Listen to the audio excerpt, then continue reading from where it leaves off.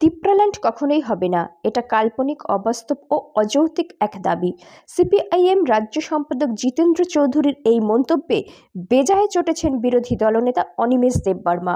তার কটাক্ষ, সিপিএম রাজ্য সম্পাদক জিতেন্দ্র চৌধুরী জীবদ্দশায় গ্রেটার তিপ্রাল্যান্ড নিয়ে বড় আন্দোলন দেখতে পাবেন। প্রসঙ্গত, গতকাল সিপিএমের সদর কার্যালয়ে আয়োজিত সাংবাদিক সম্মেলনে সিপিআইএম রাজ্য সম্পাদক জিতেন্দ্র চৌধুরী বলেন, তিপ্রাল্যান্ড কখনোই হবে না, এটা কাল্পনিক, অবাস্তব, অযৌক্তিক এক দাবি। সাথে তিনি যোগ করেন, তিপ্রামাথার সমর্থকরাও এখন বুঝতে পেরে গেছে তিপ্রাল্যান্ড হওয়ার কোনো সুযোগ নাই। মঙ্গলবার সাংবাদিক সম্মেলনে জিতেন্দ্র চৌধুরীর বিরুদ্ধে সুর চড়ালেন বিরোধী দলনেতা অনিমেষ দেববর্মা। এদিকে তিনি বলেন, তিপ্রামাথার হৃদয়টাই হচ্ছে গ্রেটার তিপ্রাল্যান্ড। গ্রেটার তিপ্রাল্যান্ড আমাদের প্রধান দাবি, আমরা সেই দাবি থেকে সরে আসিনি।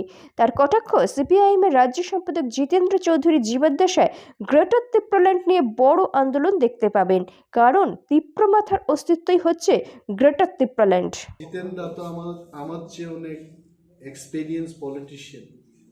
উনি একটা পলিটিক্যাল স্টেটমেন্ট দিয়েছে, কারণ সিপিএম পার্টি বা কংগ্রেস পার্টি এটা হচ্ছে রিয়েল পলিটিক্যাল পার্টি, আর আমাদের যে party Tipra Motha, it is based on the demand of the people.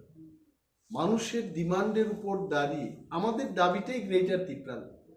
আমরা কি করে ভুলবো সেটা? জিতেন্দ্র জীবিতকালে উনি ভয়াবহ আন্দোলন দেখবেন, আর উনি যেটা কালকে যে বয়ানটা করেছেন, মানুষকে কি মানে বিভ্রান্ত, মানুষকে আমরা বিভ্রান্ত করি না।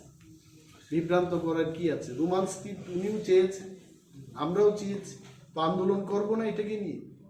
তার মানে আমাদের কি সকাল বিকাল শুধু গ্রেটার তিপ্রাল্যান্ড কি নিয়েই থাকতে হবে? Greater Tipraland is non-compromising demand for Tipramotha. তিপ্রামথার হারটাই তো হচ্ছে গ্রেটার তিপ্রাল্যান্ড। যেদিন গ্রেটার তিপ্রাল্যান্ড শেষ, সেই দিন তিপ্রামথা থাকবে না। We cannot compromise on that.